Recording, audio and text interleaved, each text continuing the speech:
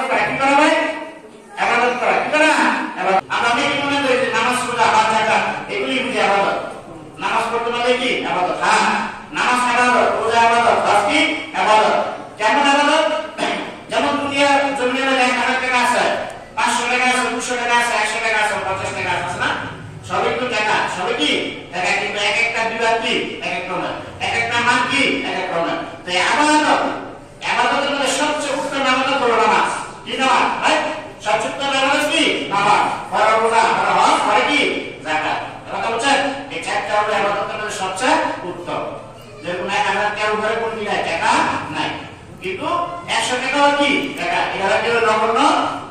কথা হলো 100 টাকা যদি দেয়া নাই বলতে পারছে 100 টাকা বাংলাদেশ টাকা হ্যাঁ তো ইবাদত আপনার নামাজ রোজা হজ যাকাত নগণ্য ইবাদত ইবাদত জিকির করা ইবাদত দান নাস্তা দিয়ে পুরা ইবাদত হ্যাঁ আজকে দোয়া করে দেওয়া ইবাদত স্ত্রীর সাথে সম্পর্ক করা ইবাদত হ্যাঁ সন্তানকে কর্মকে খাওয়া তার প্রতি শ্রম দেওয়া তাকে এরকম আমরা বড় করে লালিত করে এইটা ইবাদত সুবহানাল্লাহ তাহলে বুঝা যায় যত পৃথিবীতে ভালো কাজ আছে সব কাজের নাম হলো কি ইবাদত